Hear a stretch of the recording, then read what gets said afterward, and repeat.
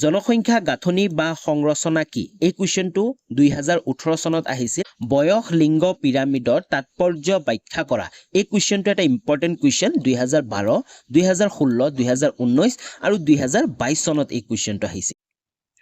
নমস্কাৰ বন্ধুসকল স্বাগতম জনাইছো ইম্পৰ্টেন্ট এটা ভিডিঅলৈ আমি আলোচনা কৰি আছিলো এছএছ সেকেন্ড ইয়াৰ জিওগ্ৰাফি কমন কোৱেশ্চন আনসাৰ 2025 হয় জিওগ্ৰাফিৰ কমন কোৱেশ্চন আনসাৰ বোৰ 2025 ৰ ফাইনেল এক্সামৰ কাৰণে আমি আলোচনা কৰি আছিলো ইউনিট 2 পিপল অলৰেডি মই ইউনিট 2 জি পিপল আছে এটো চ্যাপ্টাৰ নম্বৰ 2 টো মই অলৰেডি আলোচনা কৰিলো আগৰ ভিডিঅটোত যদি তোমালোকে ভিডিঅটো চোৱা নাই তেনেহলে ডেসক্ৰিপচনত ভিডিঅটো লিংক থাকিব তোমালোকে ভিডিঅটো সম্পূৰ্ণ চাব পাৰা আজি আমি আলোচনা কৰিম চ্যাপ্টাৰ নম্বৰ 3 জনসংখ্যাৰ গাঁথনি তাৰ পিছত নেক্সট ভিডিঅটোত মই চ্যাপ্টাৰ নম্বৰ 4 মানৱ সম্পদৰ বিকাশ আলোচনা কৰি ইউনিট 2 টো আমি খতম কৰিম তাৰ পিছত আমি ইউনিট 2 লৈ আগবাঢ়িম ওকে তো আজি আমি চ্যাপ্টাৰ নম্বৰ 3 টো আলোচনা কৰিম প্ৰথমতে চোৱা সিলেবাসটো যদি আমি চাইলো অলৰেডি আগৰ ভিডিঅটো মই সিলেবাসৰ কথা কৈছিলো ইউনিট 2 যোনটো আছে পিপল এই ইউনিট 2 ৰ পৰা আমাৰ আহিব ফাইনেল এক্সামত 9 মাৰ্ক আহিব হয় আৰু অসমীয়া মিডিয়ামৰ কাৰণে যদি আমি চাও যি ইউনিট 2 আছে ইউনিট 2 অন্তৰ্গত তিনিটা চ্যাপ্টাৰ আছে চ্যাপ্টাৰ 2 অলৰেডি আমি আলোচনা কৰিলো আৰু আজি আমি আলোচনা কৰিম চ্যাপ্টাৰ 3 জনসংখ্যাৰ গাঁথনি আৰু যদি আমি যোৱা বছৰৰ কোৱেশ্চন প্যাটাৰ্নটো চাও আমাৰ কি কি আহিছিল এমসিকিউ বোৰ আহিছিল আৰু 1 মাৰ্ক কোৱেশ্চন আনসাৰ আহিছিল 2 মাৰ্ক কোৱেশ্চন আনসাৰ আহিছিল 3 নম্বৰী আহিছিল আৰু 5 নম্বৰী আহিছিল তো 9 মাৰ্ক যেহেতু আহিব তেনেহলে এই প্ৰতিটো চ্যাপ্টাৰৰ পৰা গুটেই গিটাই আমাৰ কি হৈ আছে পসিবিলিটি ওলাই আছে সম্ভাৱনা আছে গুটেবোৰে আহিব পাৰে মানে হয়তো এমসিকিউ আহিব পাৰে 1 মাৰ্ক আহিব পাৰে 2 মাৰ্ক আহিব পাৰে 3 মাৰ্ক আহিব পাৰে বা 5 মাৰ্ক আহিব পাৰে ওকে তো আমি আজি চ্যাপ্টাৰ নম্বৰ 3 টো আলোচনা কৰো তাৰ আগতে তোমালোকে কোৰ পৰানো ভিডিও সমূহ চাই আছা তোমালোকৰ নিজৰ ঠাইটোৰ নাম কমেন্ট কৰি জনাবা ওকে তো চ্যাপ্টাৰ নম্বৰ 3 টো চোৱা জনসংখ্যাৰ গাঁথনি প্ৰথমতে চোৱা কমন এমসিকিউ ফৰ 2025 প্ৰথমতে আমি এমসিকিউ বোৰ আলোচনা কৰিম তাৰ পিছত 1 মাৰ্ক 2 মাৰ্ক কোৱেশ্চন আনসাৰ বোৰ আলোচনা কৰিম 3 and 5 মাৰ্ক কোৱেশ্চন আনসাৰ বোৰ আলোচনা কৰিম কোৱেশ্চন নম্বৰ 1 টো চোৱা জনসংখ্যাৰ বয়স আৰু লিংগৰ গঠন দেখুৱাবলৈ অঙ্কন কৰা চিত্ৰক কি বোলে এই কোৱেশ্চনটো 2017 চনত আহিছিল ইয়াৰ শুদ্ধ উত্তৰটো হ'ব খ নম্বৰ বয়স লিংগ পিৰামিড মই অপচনবোৰ পঢ়ি নিদিলো তোমালোকে অপচনবোৰ নিজে পঢ়ি চাব পাৰা জাস্ট উত্তৰটো চাই যোৱা যে বয়স লিংগ পিৰামিড বুলি কোৱা হয় কোনটো কোৱা হয় জনসংখ্যাৰ বয়স আৰু লিংগৰ গঠন দেখুৱাবলৈ অঙ্কন কৰা চিত্ৰবোৰক নেক্সট কোৱেশ্চন লাগবাহো নেক্সট কোৱেশ্চনটো চোৱা 2 নম্বৰ কোৱেশ্চনটো পৃথিৱীৰ কোনখন দেশত লিংগৰ অনুপাত বেছি আছে এই কোৱেশ্চনটো 2018 চনত আহিছিল কিন্তু এনেকৈ আহা নাছিল আমাক আহিছিল যে পৃথিৱীৰ কোনখন দেশৰ লিংগ অনুপাত আটাইতকৈ বেছি এনেকৈ আহিব পাৰে সেমে হয় ইয়াৰ উত্তৰটো কি হ'ব ইয়াৰ উত্তৰটো হ'ব অপচন নম্বৰ গ টু লাটভিয়া বাকি অপচন কিটা তোমালোকে নিজে পঢ়ি ল'ব পাৰা ওকে বুজি পালা নেক্সট কোৱেশ্চন চাও 3 নম্বৰ কোৱেশ্চনটো চোৱা বয়সক সাক্ষৰতাৰ হাৰৰ সময় সীমা কিমান এই কোৱেশ্চনটো 2020 চনত আহিছিল ইয়াৰ উত্তৰটো কি হ'ব 7 বছৰ হয় বয়সৰ সাক্ষৰতাৰ হাৰ বয়স সীমা কিমান 7 বছৰ বুজি পালা নেক্সট কোৱেশ্চনটো চোৱা 4 নম্বৰ কোৱেশ্চনটো আমাক কৈছে যে পিৰামিডীয় চিত্ৰক আৰু কি চিত্ৰ বুলি জনা যায় যি পিৰামিডীয় এই বয়স লিংগ চিত্ৰটো আছে এই পিৰামিডীয় চিত্ৰক আৰু কি চিত্ৰ বুলি জনা যায় ইয়াৰ উত্তৰটো হ'ব বয়স লিংগ বুলিও জনা যায় বুজি পালা আমি নেক্সট কোৱেশ্চন লৈ যাও 5 নম্বৰ কোৱেশ্চনটো চোৱা প্ৰতি 100 জন লোকৰ ভিতৰত পঢ়িব আৰু লিখিব পৰা লোকৰ সংখ্যা কি বোলে হয় প্ৰতি 100 জন লোকৰ ভিতৰত পঢ়িব আৰু লিখিব পৰা লোকৰ সংখ্যা কি বুলি কোৱা হয় উত্তৰটো হ'ব সাক্ষৰতা হাৰ বুলি কোৱা হয় অপচন কিটা তোমালোকে পঢ়ি ল'ব পাৰা ওকে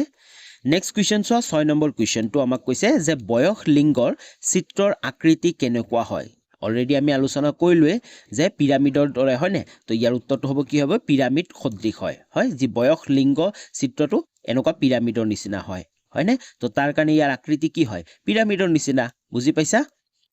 নেক্সট কোৱেশ্চনটো চোৱা 7 নম্বৰ কোৱেশ্চনটো কাৰ মতে হয় এটো কোনবা এজন ব্যক্তিয়ে কৈছিল হে ব্যক্তি নহয় কোনবা কৈছিল তো সেই নামটো আমাক লিখিব লাগে চোৱা কাৰ মতে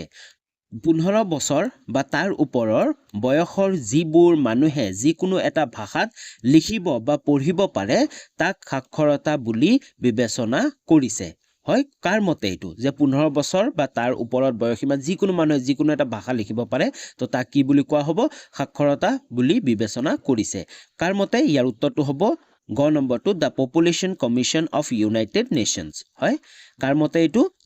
The Population Commissions of United Nations বুজি পালা নেক্সট কোৱেশ্চন লাগবাহু নেক্সট কোৱেশ্চনটো চোৱা আমাক কি কৈছে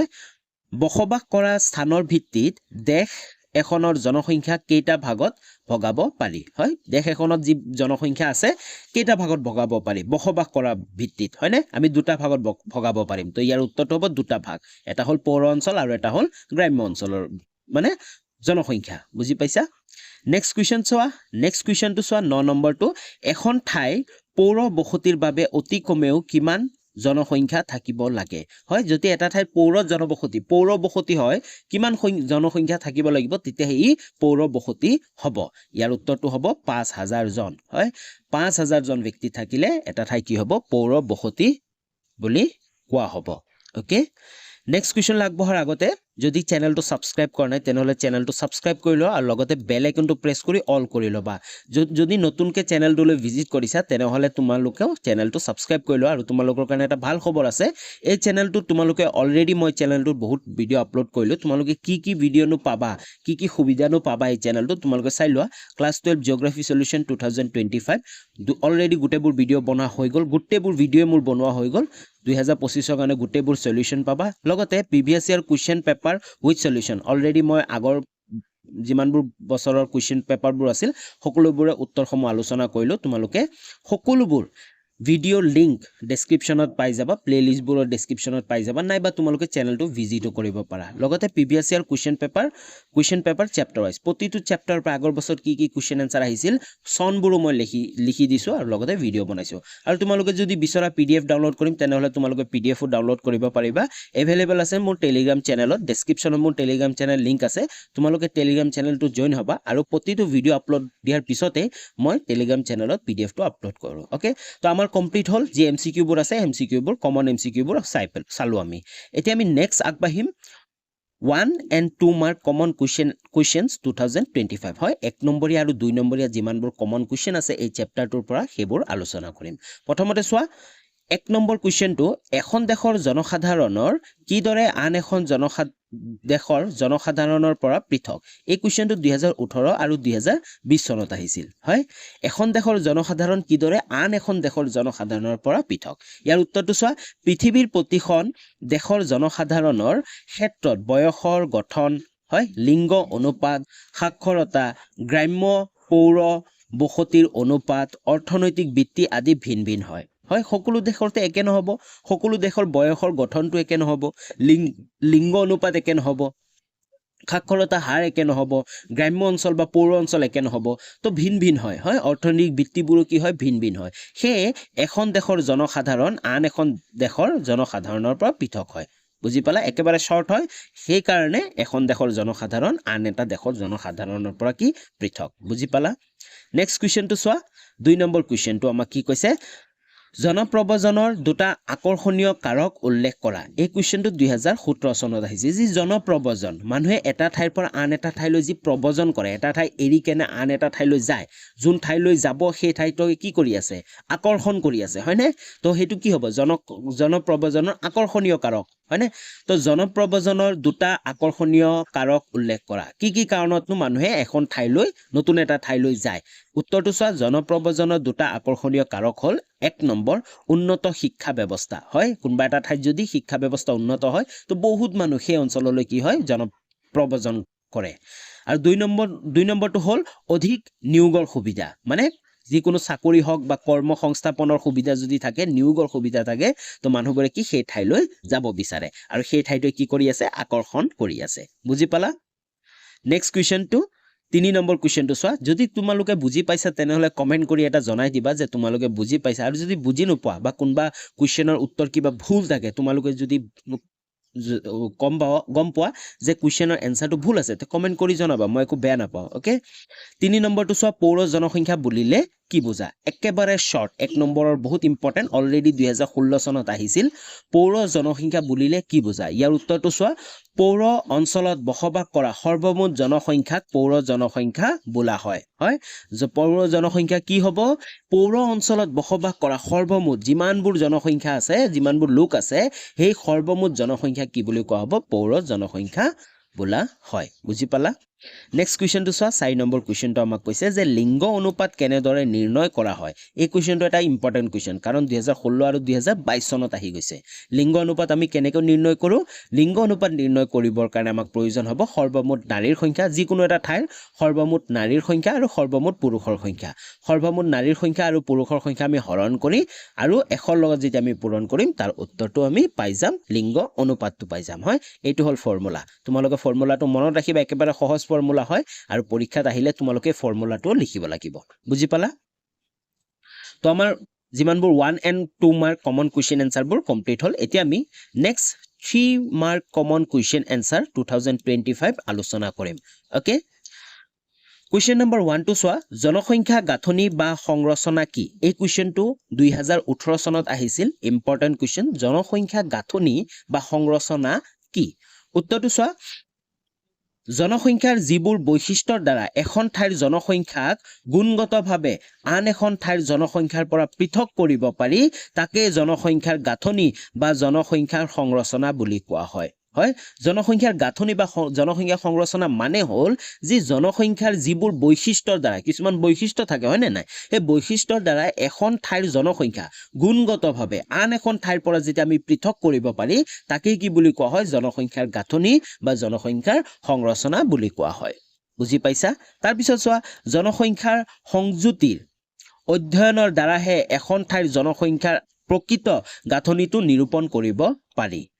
জনসংখ্যাৰ এই গাঁথনিৰ মূলত কেতবোৰ উপাদানৰ দ্বাৰা নিৰ্ণয় কৰা হয় হয় উপাদানৰ দ্বাৰা কি কৰা হয় নিৰ্ণয় কৰা হয় কেতবোৰ তাৰ পিছত চোৱা সেই উপাদানবোৰ হ'ল জনসংখ্যাৰ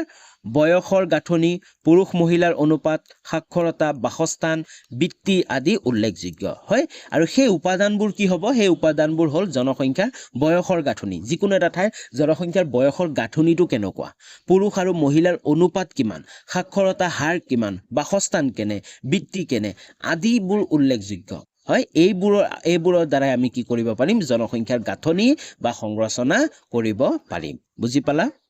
নেক্সট কুৱেশ্যন লাগবাহো নেক্সট কুৱেশ্যনটো চোৱা 2 নম্বৰ কুৱেশ্যনটো বয়স লিংগ পিৰামিডৰ তাৎপৰ্য ব্যাখ্যা কৰা এই কুৱেশ্যনটো এটা ইম্পৰ্টেণ্ট কুৱেশ্যন 2012 2016 2019 আৰু 2022 চনত এই কুৱেশ্যনটো আহিছিল হয় বহুত এটা ইম্পৰ্টেণ্ট কুৱেশ্যন অলৰেডি বহু বছৰ আহি গৈছে উত্তৰটো আমি আলোচনা কৰিম তাৰ আগতে তোমালোকে প্ৰশ্নটো ভালকে বুজি লোৱা যে বয়স লিংগ পিৰামিড যোনটো আমি অলপ আগতে এমসিকিউটো কুৱেশ্যন পাইছিলো বয়স লিংগ পিৰামিডৰ কথাটো পঢ়িছিলো বয়স লিংগ পিৰামিডৰ তাৎপৰ্য কি তাৰ গুৰুত্ব কি তাৰ বিষয়ে আমি আলোচনা কৰিম উত্তৰটো চোৱা জনসংখ্যাৰ বয়স আৰু লিংগানুপাতিক সংৰচনা উপস্থাপন কৰা ৰঞ্জক চিত্ৰক বয়স লিংগ পিৰামিড বুলি কোৱা হয় হয় প্ৰথমতে আমি লিখি লৈছো যে বয়স লিংগ পিৰামিডনো কি হয় বয়স লিংগ পিৰামিড হয় জনসংখ্যাৰ বয়স আৰু লিংগানুপাতিক সংৰচনা উপস্থাপনা কৰা ৰঞ্জক চিত্ৰক বয়স লিংগ পিৰামিড বুলি কোৱা হয় বুজি পালা এনে এটা জনসংখ্যা পিৰামিডৰ সহায়ত জনসমষ্টি এটাৰ ভালেমান জৈৱিক আৰু আৰ্থ সাংস্কৃতিক চৰিত্ৰ বিচাৰি পোৱা যায় হয় আৰু এনে এটা পিৰামিডৰ সহায়ত বা এই চিত্ৰৰ সহায়ত হয় জনসমষ্টি এটাৰ ভালেমান জৈৱিক আৰু আৰ্থ সাংস্কৃতিক চৰিত্ৰ বিচাৰি পোৱা যায় এনে একোটা পিৰামিডৰ বাওঁফালে পুৰুষ আৰু সোঁফালে নাৰীৰ জনসংখ্যাৰ বয়সৰ ঊৰ্ধ্বক্ৰমত জনসমষ্টিটোৰ মুঠ জনসংখ্যাৰ শতাংশ স্কেলত উপস্থাপন কৰা হয় বুজি পাইছা আৰু এনে পিৰামিডৰ কি থাকে বাওঁফালে পুৰুষ হয় বাওঁফালে পুৰুষ আৰু সোঁফালে নাৰীৰ জনসংখ্যাৰ বয়সৰ ঊৰ্ধ্বক্ৰমত হয় ঊৰ্ধ্বক্ৰমত জনসমষ্টিটোৰ মুঠ জনসংখ্যাৰ শতাংশ স্কেলত উপস্থাপন কৰা হয় বুজি পাইছা চিত্ৰবোৰত আনুভূমিকভাৱে অংকন কৰা প্ৰতিটো স্তম্ভৰ বয়সৰ সমান ব্যৱধানত অংকন কৰা হয় আৰু সমান ব্যৱধানত প্ৰতিটো স্তম্ভ অংকন কৰা হয় বয়স লিংগ পিৰামিডৰ ভূমিয়ে যিদৰে শিশুক বুজায় ইয়াৰ শীৰ্ষভাগে বয়সীয়া লোকৰ প্ৰতিনিধিত্ব কৰে আৰু এই পিৰামিডে যি একেবাৰে ভূমিটো আছে এই ভূমিটো কি বুলি বুজাব শিশুসকলক বুজাব আৰু একেবাৰে যিটো শীৰ্ষ আছে এই শীৰ্ষটোৱে বয়সীয়া লোকক প্ৰতিনিধিত্ব কৰে বুজি পাইছা আৰু ইফালে থাকিব পুৰুষ ইফালে থাকিব জনসংখ্যা আৰু আমাৰ গোটেইখিনি সমান অন্তৰালত ভাগ কৰা থাকিব বুজি পাইছা তোমালোকৰ বুকত যি বয়সৰ লিংগ পিৰামিডৰ যি পিকচাৰটো দিয়া আছে ডায়াগ্ৰামটো দিয়া আছে তোমালোকে ডায়াগ্ৰামটো পৰীক্ষাত তোমালোকে ড্ৰ কৰিব পাৰা কাৰণ বেছি ভাল মাৰ্ক পাবা বুজি পাইছা নেক্সট কুৱেশ্যন লাগবাহো চোৱা আমাৰ 3 নম্বৰীয়া কুৱেশ্যন বেছি নাই এই চেপ্টাৰটোৰ আমাৰ 3 নম্বৰীয়া কুৱেশ্যন কাৰণ আৰু 3টা চেপ্টাৰৰ পৰা 9 নম্বৰ আহিব তো ইমানটা ইম্পৰ্টেন্ট কুৱেশ্যন আনসাৰ বহুত নাই এই চেপ্টাৰটোৰ তো নেক্সট আমি 5 নম্বৰীয়া question 5 mark common question answer 2025 আমি 5 নম্বৰীয়া কুৱেশ্যন আলোচনা কৰিম প্ৰথম কুৱেশ্যনটো চোৱা এখন দেশৰ মানুহ কিদৰে এজন আনজনৰ পৰা পৃথক কাৰণ দৰ্শোৱা এই কুৱেশ্যনটো 2013 আৰু 2015 চনত আহিছিল হয় ইম্পৰ্টেন্ট কুৱেশ্যন অলৰেডি আমি 1 মাৰ্কৰ কুৱেশ্যন আনসাৰ এটা পাই আহিছো যে এখন দেশৰ জনসংখ্যা কেনেদৰে আন এখন দেশৰ জনসংখ্যাৰ লগত পৃথক কিন্তু এই কুৱেশ্যনটো আমাক কৈছে এখন দেশৰ মানুহ কিদৰে এজন আনজনৰ পৰা পৃথক এটা সেম দেশ এটাৰ মানুহ এজন কেনেদৰে আনজনৰ পৰা পৃথক বুজি পালা এই এজন আৰু আন এজনৰ মাজত কেনেকে পৃথক হৈ আছে তাৰ কথা আমাক লিখিব দিছে আৰু কাৰণ দৰ্শাব দিছে উত্তৰটো ভালকে চোৱা তোমালোকে উত্তৰটো হ'ল পৃথিৱীৰ প্ৰতিটো অঞ্চলৰে জীৱন যাপন প্ৰণালী একে নহয় হয় আমি সকলোৱে জানো পৃথিৱীৰ প্ৰতিটো অঞ্চলৰ যি জীৱন যাপন প্ৰণালী হেতু কি হয় একে নহয় সামাজিক পৰিবেশৰ ধৰণকৰণ আদিও বেলেগ বেলেগ হয় হয় এই বিভিন্নতা এখন দেশৰ মাজত পৰিলক্ষিত হয় আৰু কি হয় সামাজিক পৰিবেশৰ ধৰণকৰণ আদিও কি হয় বেলেগ বেলেগ হয় আৰু এই বিভিন্নতা এখন দেশৰ মাজতো কি হয় পৰিলক্ষিত হয় তাৰ পিছত চোৱা এখন দেশত সাধাৰণতে গ্ৰাম্য আৰু পৌৰ দুয়োটা বসতি অঞ্চলে দেখা যায় হয় এখন দেশত কি দেখা যায় আমি জানোৱে জনসংখ্যা কেইটা ভাগত ভগাব পাৰি দুটা ভাগত গ্ৰাম্য জনসংখ্যা আৰু পৌৰ জনসংখ্যা হয় যিসকল গ্ৰাম্য অঞ্চলত থাকে তেওঁলোকক গ্ৰাম্য অঞ্চলৰ বাসিন্দা বুলি কম আৰু যিসকল পৌৰ অঞ্চলত থাকে তেওঁলোকক পৌৰ অঞ্চলৰ বাসিন্দা বুলি কম সো সেম তেনেকে এখন দেশত সাধাৰণতে গ্ৰাম্য আৰু পৌৰ দুয়োটা বসতি অঞ্চলে দেখা যায় গ্ৰাম্য অঞ্চল আৰু পৌৰ বা চহৰ অঞ্চলৰ মানুহৰ জীৱন ধাৰণ প্ৰণালীৰ মাজত বহুতো পাৰ্থক্য পৰিলক্ষিত হয় আমি সকলোৱে জানো যে গ্ৰাম্য অঞ্চল আৰু চহৰ অঞ্চলৰ মানুহৰ মাজতো জীৱন প্ৰণালী একে নহয় হয়নে একেতো কেতিয়াও নহয় কাৰণ গ্ৰাম্য অঞ্চলৰ মানুহবোৰৰ জীৱন প্ৰণালীটো বেলেগ হ'ব আৰু যি পৌৰ অঞ্চল আছে মানে চহৰ অঞ্চলৰ মানুহৰ জীৱন প্ৰণালীটো বেলেগ হ'ব তো তাৰ কাৰণে বহুতো পাৰ্থক্য পৰিলক্ষিত হয় গ্ৰাম্য অঞ্চলৰ লোকসকল কৃষি কাৰ্য সংগ্ৰহ আৰু পশুপালনৰ দৰে প্ৰাথমিক খণ্ডৰ জীৱিকাধাৰী হোৱাৰ বিপৰীতে চহৰ অঞ্চলৰ লোকসকলে উদ্যোগ বাণিজ্য শিক্ষা সেৱা উদ্ভাৱন গৱেষণা আদিৰ দৰে ক্ৰমে দ্বিতীয় তৃতীয় আৰু চতুৰ্থ খণ্ডসমূহত মকৰৰ হৈ থকা দেখা যায় হয় গ্ৰাম্য অঞ্চলৰ লোকসকল আচলতে কি কৃষি কাৰ্য সংগ্ৰহ পশুপালন আদিৰ দৰে কি প্ৰাথমিক খণ্ডৰ লগত জড়িত হৈ থাকে হয়নে প্ৰাথমিক খণ্ডৰ লগত জড়িত হৈ থকা ব্যক্তি কিন্তু তাৰ বিপৰীতে চহৰ অঞ্চলৰ লোকসকল কি আচলতে উদ্যোগ বাণিজ্য শিক্ষা হয় সেৱা গৱেষণা আদি দ্বিতীয় তৃতীয় আৰু চতুৰ্থ খণ্ডৰ জীৱিকাৰ লগত জড়িত হৈ থাকে হয়নে অৰ্থাৎ গ্ৰাম্য অঞ্চলৰ লোকসকলে প্ৰকৃতিৰ উৎসৰ পৰা সম্পদ আহৰণ কৰে আৰু চহৰ অঞ্চলৰ লোকসকলে ইতিপূৰ্বে আহৰণ কৰা সম্পদসমূহৰ মানদণ্ড উন্নয়ন আৰু বিতৰণ প্ৰক্ৰিয়াত জড়িত হৈ থাকে হয় তো ইয়াৰ তাৰ পিছত কি কৈছে অৰ্থাৎ গ্ৰাম্য অঞ্চলৰ লোকসকলে প্ৰকৃতিৰ পৰা আমাৰ কি কৰে সম্পদ আহৰণ কৰে হয় কৃষি কাৰ্যৰ দ্বাৰা হয় না সংগ্ৰহৰ দ্বাৰা পশুপালন দ্বাৰা ডাইৰেক্ট প্ৰকৃতিৰ পৰা সম্পদবোৰ আহৰণ কৰে কিন্তু তাৰ বিপৰীতে চহৰ অঞ্চলৰ মানুহে কি কৰে সেই প্ৰাথমিক খণ্ডৰ ব্যক্তিসকলে আহৰণ কৰা সেই সম্পদসমূহ তেওঁলোকে কি কৰে মানদণ্ড দিয়ে হয় না উন্নয়ন আৰু বিতৰণ প্ৰক্ৰিয়াত জড়িত হৈ থাকে বুজি পালা তাৰ পিছত চোৱা আৰু কেনেকেনো মানুহবোৰ পৃথক হৈ থাকে ধৰ্মও একেখন দেশৰে মানুহ এজনক আনজনৰ পৰা পৃথক কৰে হয় আৰু এটা হ'ল ধৰ্ম হয় ধৰ্মৰ মানুহ কি কৰে বেলেগ কৰে সেই বেলেগৰ কথা কোৱা নাই যে বেলেগ কথা কোৱা নাই মানুহটো সকলোৱে একেলগে থাকে আমাৰ ভাৰতবৰ্ষত চাবলৈ গ'লে সকলো মানুহ একে সকলো ধৰ্ম সকলো জাতিৰ মানুহ একেলগে আছে কিন্তু ইয়াতে কৈছে আমাক কেনেকে বেলেগ কৰে হয়নে এইটো আকৌ বেলেগ চোৱা ধৰ্মেও একেখন দেশৰে মানুহৰ এজনক আনজনৰ পৰা পৃথক কৰে কেনেকে কৰে চোৱা ধৰ্ম অনুসৰি মানুহৰ ৰীতি নীতি ধ্যান ধাৰণা বেলেগ হয় সকলো ধৰ্মৰ ব্যক্তিৰ কি তেওঁলোকৰ ৰীতি নীতি বেলেগ হিন্দুসকলৰ বেলেগ মুছলমানসকলৰ বেলেগ খ্ৰীষ্টিয়ানসকলৰ বেলেগ হয়নে বুদ্ধ ধৰ্মৰ সকলৰ বেলেগ হয়নে আৰু ধ্যান ধাৰণা সকলোবোৰ বেলেগ সেয়েহে একেখন দেশৰ ভিন্ন ধৰ্মী মানুহৰ মাজত পাৰ্থক্য পৰিলক্ষিত হয় তো তাৰ কাৰণে সেম দেশৰ একে এটা দেশৰ মানুহৰ কি এইবোৰ পাৰ্থক্য পৰিলক্ষিত হয় ধৰ্মৰ ভিত্তিত তাৰপিছত চোৱা বহুভাষা প্ৰচলিত দেশত ভাষায়ো এজন ব্যক্তিক বেলেগ ভাষাৰ ব্যক্তি এজনৰ পৰা পৃথক কৰিব পাৰে হয় আৰু এটা আছে কি ভাষা হয়নে ভাষায়ো কি কৰে এজন মানুহক আন এজন মানুহৰ পৰা পৃথক কৰিব পাৰে তদুপৰি জাতি আৰু জনজাতি অনুসৰি ব্যক্তিৰ মাজত পাৰ্থক্য পৰিলক্ষিত হয় সেম তেনেকে জাতি আৰু জনজাতি অনুসৰিও ব্যক্তিৰ মাজত পাৰ্থক্য কি হয় পৰিলক্ষিত হয় ভিন ভিন জাতিৰ লোকসকলৰ আচাৰ আচৰণ বেলেগ বেলেগ হোৱা উপৰিও ভিন ভিন জনজাতিৰ লোক আৰু জনজাতি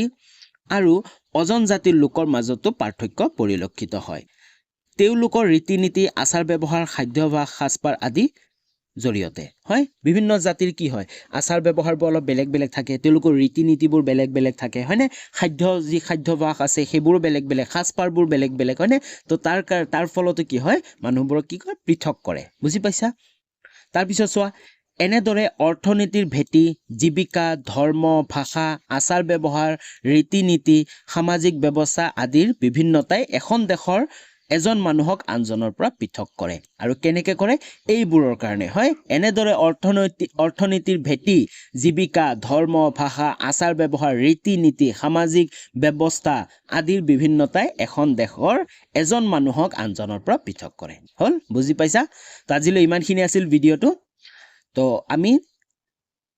যি 3 নম্বৰ চেপ্টাৰটো আছে এই 3 নম্বৰ চেপ্টাৰটো আমি কমপ্লিট কৰিলো নেক্সট ভিডিঅ'ত আমি চেপ্টাৰ নম্বৰ 4 যেটো চেপ্টাৰ নম্বৰ 4 আছে মানৱ সম্পদৰ বিকাশ এই চেপ্টাৰৰ ভিডিঅ'টো বনাই কেনে আমি ইউনিট 2 কমপ্লিট কৰিম তাৰ পিছত শেষ নহব তাৰ পিছত আমাৰ ইউনিট যি 3 আছে ইউনিট 3 আছে হিউম্যান এক্টিভিটিজ আছে ইয়াৰ পৰা কিন্তু 8 মাৰ্ক আহিব আৰু 4 নম্বৰ যি ইউনিট 4 আছে ট্ৰান্সপোৰ্ট কমিউনিকেশ্যন এণ্ড ট্ৰেড ইয়াৰ পৰা 10 নম্বৰ আহিব এই গিটাৰ ভিডিঅ' আহি থাকিব হয় প্ৰতিটোৰে অতি সহজতে তোমালোকক বুজাবলৈ চেষ্টা কৰিম এক্সামৰ অলৰেডি হাতত মাত্ৰ কেইটামান দিন আছে এই কেইটামান দিনত তোমালোকক পৰীক্ষাৰ আগে মই গোটেই জিওগ্ৰাফি কমপ্লিট কৰাই দিম কমন কোৱেশ্চন এনসাৰ বুলি তোমালোকে একো বেলেগ চাবই নালাগে ওকে তো আজিলৈ ইমানখিনি আছিল তোমালোকে কমেন্ট কৰি জনাবা ভিডিঅ'টো কেনে পালা বন্ধু বান্ধৱী সকললৈ ভিডিঅ'টো শ্বেয়াৰ কৰিবা পুনৰ লগ পাম নতুন এটা ভিডিঅ' লৈ তেতিয়ালৈ বাই বাই